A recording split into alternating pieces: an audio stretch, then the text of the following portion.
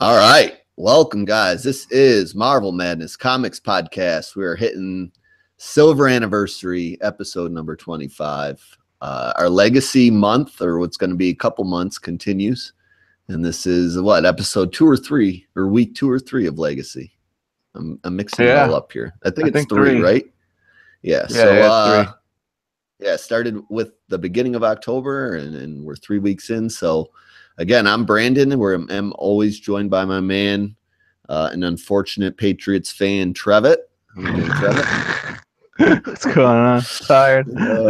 Yeah, I hear you. You went to the game last night. I heard that there's like one road in and out of the stadium, so it takes forever to get out of there. Nightmare.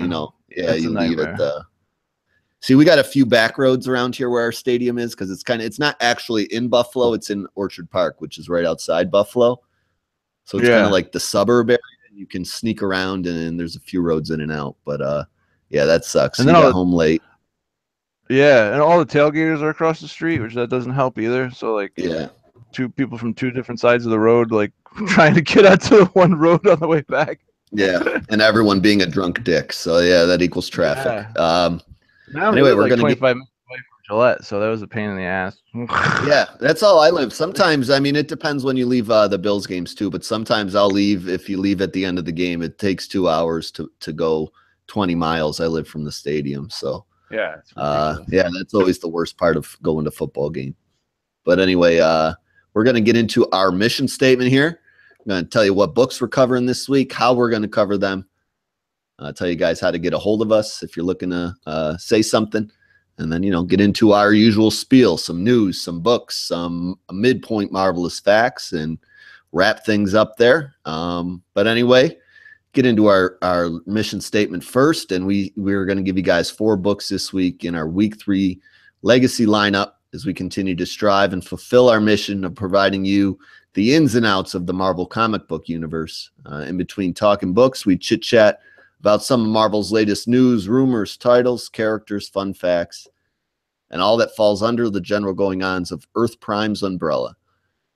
We try to cover a variety of titles for you guys each and every month in an effort to avoid any repetitiveness and in an attempt to keep things fresh and informative for you guys, the listeners. And our books are divided into the following categories each and every week. Again, we usually have the Hero, the Spider Family, and the IVX section. But we're focusing on legacy titles this month. So sometimes we might hit that ironically. Other times we might not. No Spider books this week, but we are bringing you Cable 150, Hulk 709, Invincible Iron Man. Can you help me out with the number on that one? I forget. 593. 593, and the Mighty Thor 700. So that's what you're going to hear in the order you're going to hear them in. And then we tell you guys, of course, as we always do, to buy, borrow, or forget those titles altogether. Buy, of course, means buy it now. Borrow means, try to weasel that digital code from your buddy. And forget it altogether means don't drop a dime on that title. Stay away from it. It's not very good. But anyway, if you guys are looking to get a hold of us, we have a couple ways to do so. Feel free to contact us at any time. You can share thoughts, opinions about the books. Your opinions and our opinions, some suggestions for end segments or segments for the show. Even if you just want to hear a certain title we haven't mentioned yet that maybe we've overlooked, whatever's on your marvelous mind, hit us up on Twitter. It's at MadnessMarvel1. You can also hit us up through Gmail at marvelmadness0@gmail.com. But now we got that basic bit stuff covered and out of the way. We're going to let Trevitt take it away and see if he's found any new news for us, Trevitt. So let me get our clap in here. You'll hear our jingle, and Trevitt's going to take it away. All right. I was gonna smack myself in the face for the clap. I was doing that. I don't know if you heard it. To wake yourself up a little. Yeah. Oh God. Need some smelling salts. Yeah, I've had a cup of coffee and like 4 cans of Coke, and it just fucking does nothing for me. Oh, fucking bullshit. I don't know if it was in a comic book or a movie. Was it in a comic? What? Yeah, was it in a comic book where they said that, like, if you drink too much caffeine, eventually it has the opposite effect or something like that? That was in Spirits of Vengeance. Yeah. I'm starting to Sharing all believe those that. crazy facts. Oh, but if I don't have my warm coffee in the morning, dude, like hot, super hot coffee, I can't even get through a day of work. It might feel like the longest day ever. So, Yeah. But I I could don't drink a know if can it of Red Bull works and or go. not, but it's a mental thing for me at this point. So Yeah. anyway, All right. what'd you find out for us? I got a couple stories that I kind of pulled out of my ass. No, they came from the new solicitations. Just some stuff I pulled up. So first up, so we all know Guardians of the Galaxy and Marvel Legacy #1, that the Infinity Stones are going to be playing a major role in the next year or two of storytelling in the Marvel Universe. And this story shows us where we're going to get a taste of that first stone. So in Captain Marvel 128, Captain Marvel and Star-Lord are going to be bumping heads over the Reality Stone this January. It's going to be the first time that we've seen an Infinity Stone since since they shattered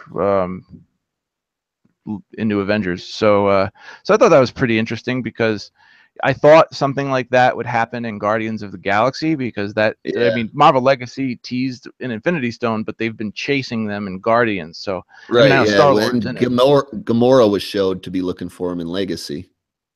Yeah, she's looking for the Soul Stone, which is the one I think that Wolverine has. Yeah. And this is going to be the Reality Stone. But I did think it was cool that it's going to be connected. Star-Lord's going to show up in Captain Marvel looking for I it. So I was know. like, oh, I'm just cool. pissed it's in a Captain Marvel book because I don't Together. read that one. I'm like, I don't really want to buy that Same either. You know what I'm saying? Same here. Because I'm like, ever since I've never really like I have like the Miss Marvel series from I don't know if it was like 2008 maybe, like when she was in the black uniform and she was actually a cool character, but like some when she turned into Captain Marvel, she's always been kind of annoying, but it got really bad after Civil War, during and after Civil War.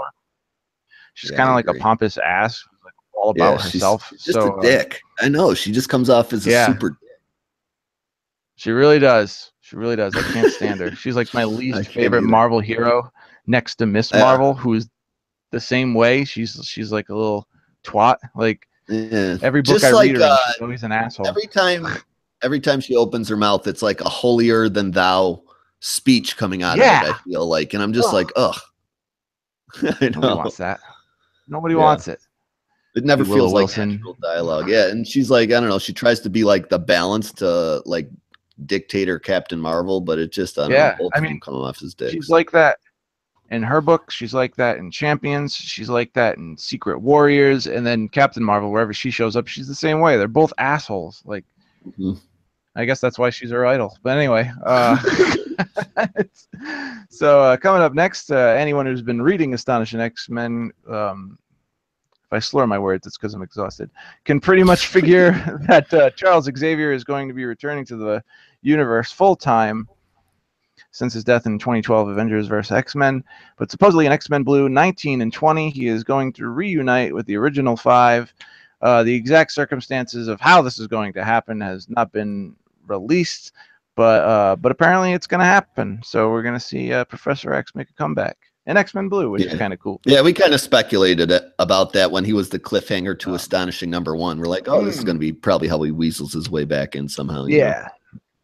And I think the young kids, like the 05, I think they need him more than like the gold team. The adults need him. They don't need him horning in on their shit. Yeah, no, So I agree with you. Yeah, like they keep switching leaders within that 05 group, and it never seems to really work out well. They need like an older influence as a leader. You know what I'm saying? They really do. And who better than Professor X himself? Although I like this series better than the last one because Jean wasn't in the last one. She was in Extraordinary. So yeah, that's right. I forget about that. Even though I read every book of that series, like I don't remember much of it because it was just so like, like none of it was Lemire's like. Okay. I don't know. Lemire used Extraordinary. Awesome stuff. Yeah. And like it just felt like But you meant Lemire kind of putting in a Bendis level effort on a book because he was overworked at that point. You know what I'm saying? It did. And I have to say though, I went back and because I got all caught up on Old Man Logan, and someone asked me a question on Slack. I think it was Simon. They were like, after issue 4 of Old Man Logan, like when you go to issue 5, you know, like you just skip all this time. They're like, what happens? He meets up with the X-Men, and you know, and you just don't know what happens. You go to issue 5 and he's already on his next mission. And I'm like, oh, you know, let me I was like, Extraordinary X-Men. I was like, I thought about it, and I was like, you know, when you first see Old Man Logan in Extraordinary X-Men, and that always confused me when I read Extraordinary X-Men, because I was like, you know, he just shows up in the middle of the fucking snow. Stop calling my fucking house, Jesus Christ. Fucking customer care. These assholes pretending to be fucking Microsoft, but Yeah, no, I block that number when they call. But yeah, so that it was a nice connection to be made, and I like that Santa storyline with Magic, but that was my favorite stuff. Other than that, you're right, it was pretty neat. The Apocalypse War stuff was like, meh. You know, it just never really found its footing. Extraordinary X-Men, and All New X-Men was okay. You know, it wasn't great, it wasn't bad. It had Kid Apocalypse in there, which was okay, I guess, and that other girl, I can't pronounce her name, OLE or whatever, I don't know. Yeah, some of the I'm gonna get to a name later that I have trouble with too. So yeah, she's got like an African name, like, you know, like a real African name, not one of those made up ones from like the ghetto, like Shaniqua or something. Like anyway, so next up, it looks like Bendis is gonna go full street level Avengers with the Defenders title. Come in this January. We're gonna have some new additions to the team for a few issues. It's a White Tiger, Echo, Spider-Woman, Elektra, Black Cat, Misty Knight, and Colleen Wing from you know, you don't really see her too much these days. She was a big fixture in the 70s Iron Fist run and some Heroes for Hire, but you know, she's not like a character that gets thrown around a lot, so it's pretty cool that she's going to show up. But that's not all.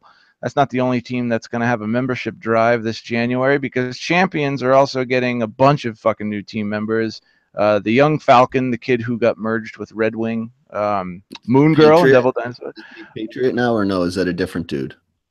Oh, it's a different dude. It's a different dude. This dude was it was from the Captain America Sam Wilson run with someone like. Is that like the actual Falcon looking person? Yeah, he's got the eyes, the Falcon eyes. Yeah. He wears that green weird like. He wears that 70s Falcon costume. Yeah, he does. He looks mad weird. And his wings are attached to his arms, which is pretty fucked up. He's got to live that way.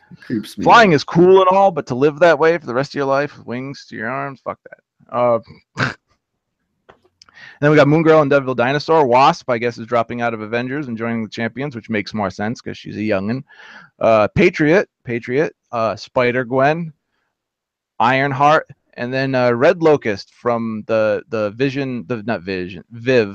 Vision Secret Empire tie-in. There was an issue with, I think it was, God, I'm fucking blanking. I think it was just Viv, where she meets up with this girl who's like trapped in one of those Nazi Hydra towns, and she's like this local hero that has like a hero lineage, like some kind of, you know, Mexican hero that goes back to the old country, and every girl and her boy in her family becomes that hero, but because they didn't have any boys, she becomes it, blah blah blah. But anyway, she's joining. Her name is Red Locust, and she has like insect powers and, you know, augmented strength and reflexes and whatnot. So that's a lot of people joining the Champions. Is that 1, 2, 3, 4, 5, 6, like 7 people? Holy shit, it's a big fucking team. But it's all the youngins, it's all the kids, so that's cool. Spider-Gwen too. Maybe her and Miles will mic out. Who gives a shit? But